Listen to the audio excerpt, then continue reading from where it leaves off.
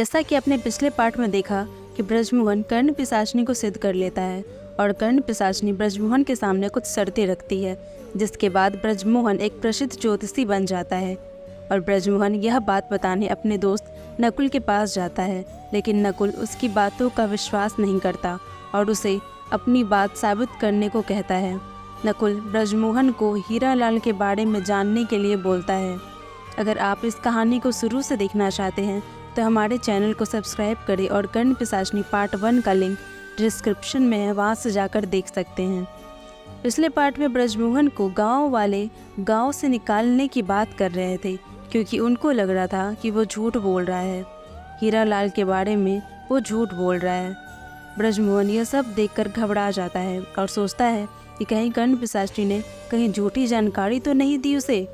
अब आगे पहले कि व्यापारी हीरालाल ब्रजमोहन को गांव से बाहर फेंकवाता, उससे पहले ब्रजमोहन ने एक बार फिर कर्ण पिशाचनी का आह्वान किया। ब्रजमोहन अपने मन में कहता है, कर्ण पिशाचनी मेरे प्रश्नों का उत्तर दो। अगले ही पल कर्ण पिशाचनी ब्रजमोहन के सामने आ गई, जो केवल उसे ही दिखाई दे सकती थी। कर्ण पिशाचनी बोलती है, पूछो क्या पूछना चाहते हो। ब्रजमोहन कहता है, तुमने मुझसे झूठ क्यों कहा, व्यापारी हीरालाल ने अपनी पत्नी की हत्या की है।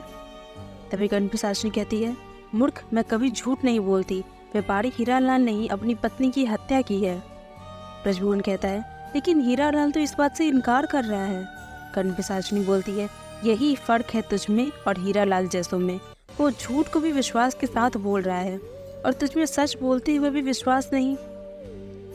कर्ण पिशाचनी की बातें सुनकर ब्रजमोहन गहरी सोच में डूब गया।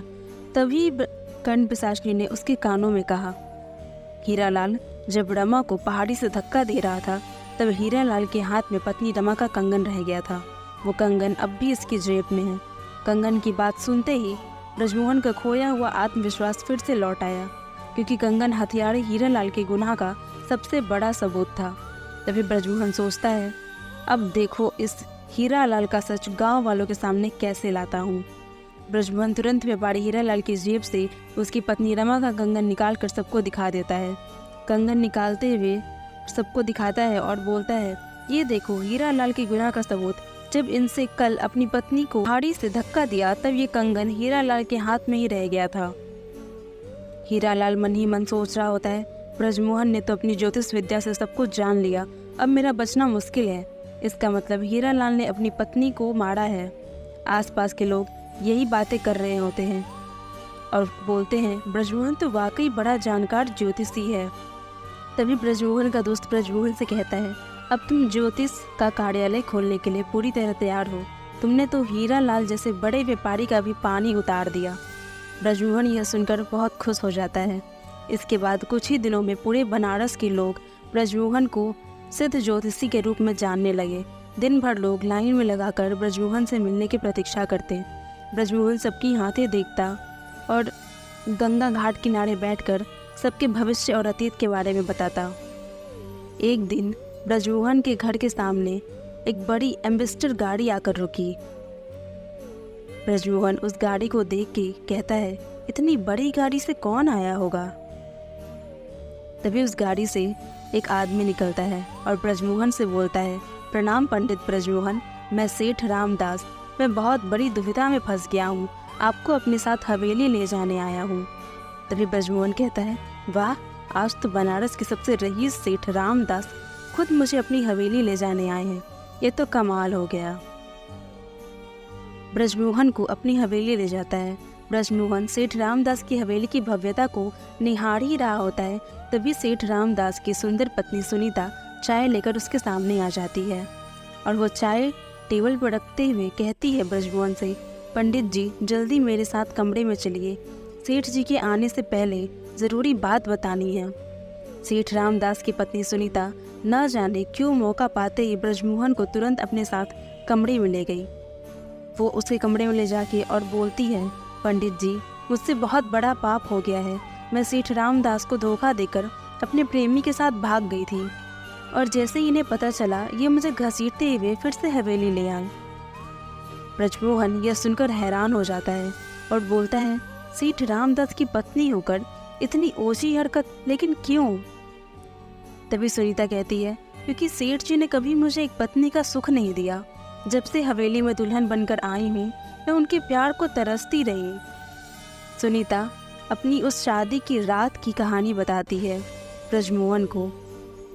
अब कहानी 3 साल पहले की ओर। सुनीता दुल्हन के रूप में बैठी अपने कमरे में सेठ रामदास का इंतज़ार कर रही होती है और मन में सोच रही होती है, कितनी देर से सेठ जी का इंतज़ार कर रही हूँ, वो अब तक आए क्यों नहीं। वो बार बार घड़ी की ओर देख रही होती है। तभी सेठ रामदास आता है। वो बोलती है, अरे आ गए आप। तभी रामदास बोलता है, मैं बहुत थक गया हूँ, तुम भी सो जाओ। सुनीता ब्रजमोहन को बोलती है, सेठ जी की बेरुखी ने मुझे बिल्कुल अकेला कर दिया। फिर एक दिन कुछ काम के सिलसिले में माधव हवेली में आया। माधव सुनीता से कहता है, सुनीता जी ये कुछ ज़रूरी दस्तावेज है, सेठ जी आए तो उन्हें दे देना। माधव को देखते ही सुनीता की सोई हुई जवानी की उमंगें फिर से खिल उठी और माधव भी उसे प्यार करने लगा। कहती है, अब मैं उस अधेड़ उम्र के सेठ रामदास के साथ और नहीं रह सकती। तो मुझे देह का वो सुख कभी नहीं दे सकते जो तुमने दिया है। तभी माधव कहता है, तुम चिंता मत करो, मैंने बम्बई का टिकट कटा लिया है। लेकिन जैसे ही ये खबर सेठ रामदास को लगी, उन्होंने माधव को बहुत मारा और सुनीता को भी त्यागना चाहते थे। ब्रजमोहन सोचता है, इसका मतलब रामदास नपुंसक है, इसलिए उसकी जवान पत्नी सुनीता के कदम बहक गए होंगे। तब ब्रजमोहन से कहती है, सेठ रामदास आपकी बात नहीं टालेंगे पंडित जी, आप उनसे कहिए कि वो मेरा त्याग ना करे। अब मैं ऐसी गलती दोबारा नहीं करूँगी। तभी थोड़ी ही देर में सेठ रामदास भी कमरे में आ जाता है। सेठ रामदास को देखते ही सुनीता डर से काँप उठती है। रामदास चिल्लाते हुए बोलता है सुनीता को, तुम इधर क्या कर रही हो, निकलो यहाँ से। रामदास के मन में सुनीता के लिए नफरत ब्रजमोहन को साफ तौर पर दिख रही थी। सेठ रामदास ब्रजमोहन से पूछता है, मैं अपना वंश बढ़ाना चाहता हूँ पंडित जी, लेकिन ये मेरी चरित्रहीन पत्नी माँ बनने के लायक ही नहीं है, क्या मैं दूसरी शादी कर लूँ।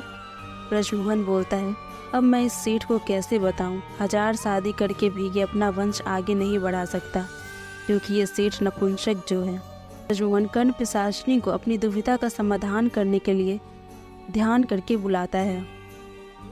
कर्ण पिशाचिनी आती है और बोलती है, अरे वाह ब्रजमोहन, आज तो तुमने इतनी बड़ी हवेली में बुलाया है। तभी ब्रजमोहन कहता है, हाँ ये बताओ सेठ रामदास पिता कैसे बन सकते हैं, और ऐसा कोई उपाय कि सेठ अपनी पत्नी का भी त्याग ना करे। तभी कर्ण पिशाचिनी बोलती है, मैं केवल प्रश्नों के उत्तर दे सकती हूँ, किसी नपुंसक को पिता बनाने का उपाय नहीं बता सकती, समझे।